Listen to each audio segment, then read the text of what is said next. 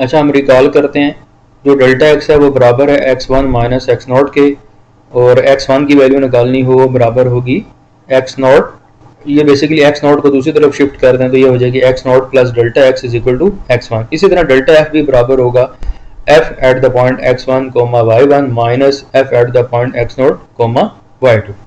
अब हम इस क्वेश्चन को स्टार्ट करने की कोशिश करते हैं। क्वेश्चन की स्टेटमेंट है कि आपके पास क्या है कि एक फंक्शन डिफाइंड है एट द पॉइंट दिस, तो यानी use above definition to prove that the function x comma y is equal to x square plus y square is differentiable at the point 0 0। तो बेटा एक चीज याद रखनी है कि अगर फंक्शन डिफरेंशिएबल है तो आपको पता है कि फर्स्ट ऑर्डर डेरिवेटिव जो है विद रिस्पेक्ट टू x और with respect to y at the point x naught y naught should be exist. एक तो ये होने चाहिए, इसके फर्स्ट डेरिवेटिव एग्जिस्ट करने चाहिए x नॉट और y नॉट के ऊपर, ठीक हो गया। और x नॉट और y नॉट उसने दे दिए, स्टार्ट में दे दिए। दूसरा चीज ये है कि आपने क्या करना है, डेल्टा जो लिमिट का फार्मूला है वो आपको याद होना चाहिए। उस लिमिट के फार्मूले के अंदर तीन टर्म्स है, तीन चार टर्म्स है, वो आपने निकालनी है। सबसे पहले हम निकालेंगे डेल्टा एफ को। डेल्टा एफ का बेसिकली ये फार्मूला मैंने लिखा हुआ था, डेल्टा एफ किसके इक्वल है, इस फार्मूले के इक्वल है। इसमें आपको ये चीज नजर आ रही होगी, ठीक है। x1 की वैल्यू मैंने ये यहाँ से उठाई है, ये x1 की वैल्यू मैंने यहाँ से उठाई है। इसी तरह अगर ये y1 होगा तो y1 क्या होगा, y naught plus delta y। तो ये आप देख सकते हैं कि ये डेल्टा f का जो फार्मूला है, f at the point x naught plus delta x comma y naught plus delta y minus f of x naught comma y naught. ये जो वैल्यू है ये x1 की वैल्यू है, और ये जो वैल्यू आपको नजर आ रही है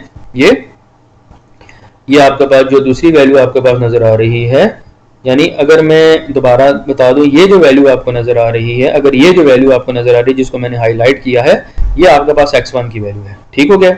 इसी तरह ये जो आपको दूसरी वैल्यू नजर आ रही है, ये वाली जो वैल्यू नजर आ रही है, ये आपके पास y1 की वैल्यू है। अगर इसी तरह यहाँ पे पुट करें ना, y1 पुट करें तो क्या हो जाएगा, y naught plus delta y, ठीक है।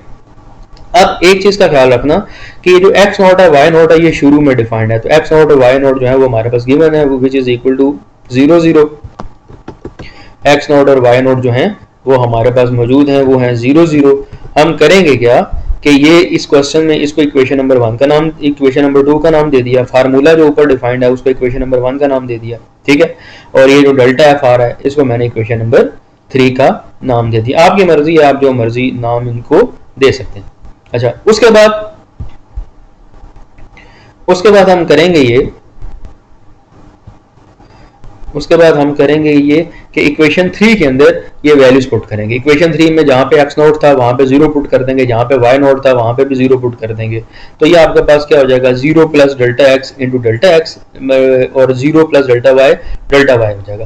तो अब आपके पास ये आपके पास आ रहा है जी। अब आपके पास फंक्शन क्या आ रहा है, फंक्शन की जो वैल्यू आपने निकालनी है वो डेल्टा x और डेल्टा y पे निकालनी है। तो फंक्शन आपके पास डिफाइंड है, फंक्शन आपके पास क्या है, x square plus y square. तो अगर आपने इस पहली वाली चीज को टैकल करना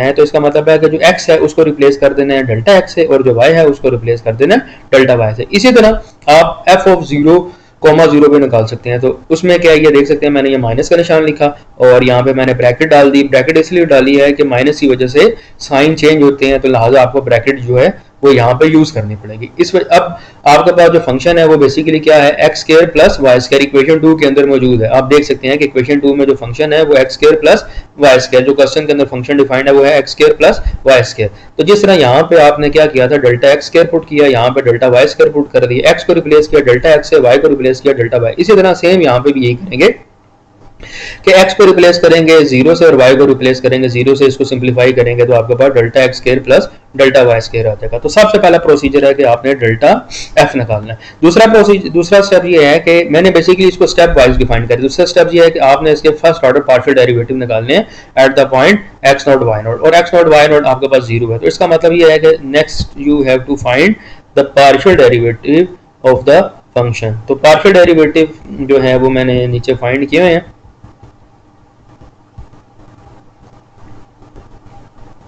तो ये देख सकते हैं कि taking partial derivative of equation 2 मतलब ये है कि जो आपके पास पर्सन डिफाइन है with respect to x and with respect to y. तो एफ ऑफ एक्स का मतलब होता है partial derivative of the function with respect to x, और ये फंक्शन की वैल्यू है x square plus y square. अब यहाँ पे लीनियरली ऑपरेट कराएं, पहले वाले के साथ अलग डेरिवेटिव लें, दूसरे वाले के साथ अलग डेरिवेटिव लें। एक्स स्क्वायर का जो डेरिवेटिव है विद रिस्पेक्ट टू एक्स वो 2x है, और वाई स्क्वायर का जो डेरिवेटिव है विद रिस्पेक्ट टू एक्स वो आपके पास जाहिर बात है y है, y जो है वो x के ऊपर डिपेंड नहीं करता, इस वजह से इसका आंसर 0 है। इसको सिंप्लीफाई करेंगे तो आपके पास जो रिजल्ट आएगा वो 2x है, 2x आंसर आ जाएगा। इसी तरह एफ ऑफ वाई जो है वो किसके इक्वल होगा, partial derivative of the function with respect to y. दोनों को सेपरेट ऑपरेट कराएंगे, पहले वाले का अलग डेरिवेटिव लेंगे, दूसरे वाले का अलग डेरिवेटिव लेंगे। अब एक चीज मैं बार बार एक्सप्लेन कर रहा हूँ अपनी वीडियोस के अंदर कि भाई जब हम पार्शियल डेरिवेटिव x के साथ लेते हैं तो y को कांस्टेंट ट्रीट करना है, और y को के साथ पार्शियल डेरिवेटिव लेते हैं तो x को कांस्टेंट ट्रीट करना है। ठीक है, तो जब आप y के साथ पार्शियल डेरिवेटिव ले रहे हैं तो x कांस्टेंट ट्रीट हो जाएगा, और x का डेरिवेटिव कांस्टेंट बन गया तो कांस्टेंट का डेरिवेटिव जो होता है वो 0 होता है, और y स्क्वायर का derivative with respect to y जो है वो 2y होगा। इन दोनों को ऐड करेंगे तो आपके पास आंसर आ जाएगा 2y। अब आपने करना ये है कि फंक्शन का जो पार्शियल डेरिवेटिव निकाले हैं उन पार्शियल डेरिवेटिव की जो न्यूमेरिक वैल्यू है वो आपने निकालनी है x नॉट y नॉट के ऊपर। x नॉट और y नॉट जो है ये पॉइंट दिए होंगे, आपने ये पॉइंट ऊपर पुट करने हैं, और इनके ऊपर जो फर्स्ट ऑर्डर डेरिवेटिव है वो आपने चेक करने हैं कि फर्स्ट ऑर्डर डेरिवेटिव की इन पॉइंट्स के ऊपर क्या वैल्यू आ रही है। और ना सिर्फ चेक करनी है बल्कि आपने ये चीज भी साबित करनी है कि वो एग्जिस्ट करने चाहिए। एग्जिस्ट से मुराद ये है कि कोई डेफिनेट आंसर आना चाहिए। तो ये आप देख सकते हैं कि मैंने एफ ऑफ एक्स के अंदर पुट किया, एक्स नॉट भी 0 था, वाई नॉट भी 0 था, और 2 ऑफ एक्स था, एक्स की जगह मैंने 0 पुट कर दिया, 2 इंटू 0 0। तो ये 0 इज डेफिनेट आंसर, कोई एग्जिस्ट कर रहा है, इन्फिनिटी नहीं आ रहा या अनडिफाइंड नहीं आ रहा, तो इसका मतलब है कि इसका आंसर आ रहा है। इसी तरह एफ ऑफ वाई किसके इक्वल है, वो 2y के इक्वल है। जब आप पॉइंट पुट करेंगे एक्स नॉट वाई नॉट तो आपके पास ये हो जाएगा वाई नॉट की वैल्यू 0 है तो 2 इंटू 0 जो है वो आपके पास 0 हो जाएगा।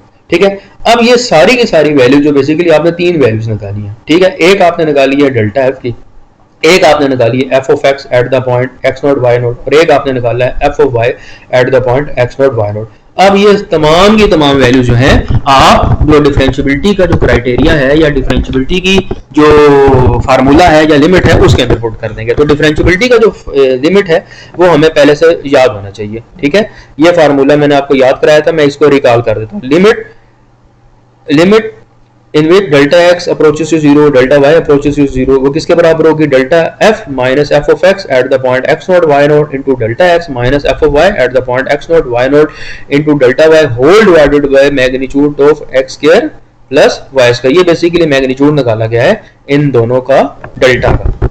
अब ये सारी की सारी वैल्यूज हमारे पास पहले से मौजूद है। ठीक है, डेल्टा एफ जो है इक्वेशन 4 में डिफाइन है, ये एफ ऑफ एक्स जो है 7 में डिफाइन है, एफ ऑफ वाई जो है 8 में डिफाइन है। अब ये सारी की सारी वैल्यूज लेके हम यहाँ पे पुट करेंगे, इस इक्वेशंस के अंदर पुट करेंगे।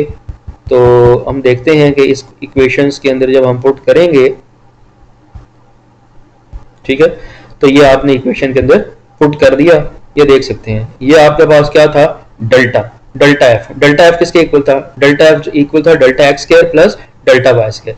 फिर आपके पास था f of x at point 0 वो आपके पास 0 था, इंटू डेल्टा एक्स, फिर माइनस एफ ऑफ वाई की वैल्यू भी पुट कर दी, into delta y whole divided by delta x square plus delta y square. अब इसको जस्ट सिंप्लीफाई करना, 0 into something 0, 0 into something 0, something minus 0 something आ जाएगा। अब यहाँ पे आपके पास जो टर्म आ रही है इसके अंदर आप डायरेक्ट लिमिट नहीं लगा सकते। अगर आप डायरेक्ट लिमिट इसके अंदर लगाएंगे तो आपने एक चीज का ख्याल रखना है कि आपका जो डेल्टा एक्स है वो भी 0 को अप्रोच कर रहा है, डेल्टा वाई है वो भी 0 को अप्रोच कर रहा है। जब आप डायरेक्ट लिमिट लगाएंगे तो न्यूमिनेटर वाली टर्म भी 0 हो जाएगी और डिनोमिनेटर वाली टर्म भी 0 हो जाएगी। तो आपका जो आंसर आ जाएगा वो 0 ओवर 0 फॉर्म में आंसर आ जाएगा। बेटा आंसर 0 ओवर 0 फॉर्म में नहीं आना चाहिए। अगर 0 ओवर 0 फॉर्म में आंसर आ रहा है तो लिमिट अनडिफाइंड है, तो हम उसको डिफाइंड करेंगे। डिफाइंड करने के लिए हम यहाँ पे रैशनलाइजेशन की टेक्निक इस्तेमाल करेंगे। रैशनलाइजेशन कहते हैं कि जो नीचे न्यूमिनेटर में टर्म आ रही है अंडर रूट वाली, इसको मल्टीप्लाई और इसको डिवाइड कर देंगे। तो यहाँ पे जो न्यूमिनेटर में आपके पास टर्म आ रही थी, मैंने क्या किया कि इसको मल्टीप्लाई और इसको डिवाइड कर दिया।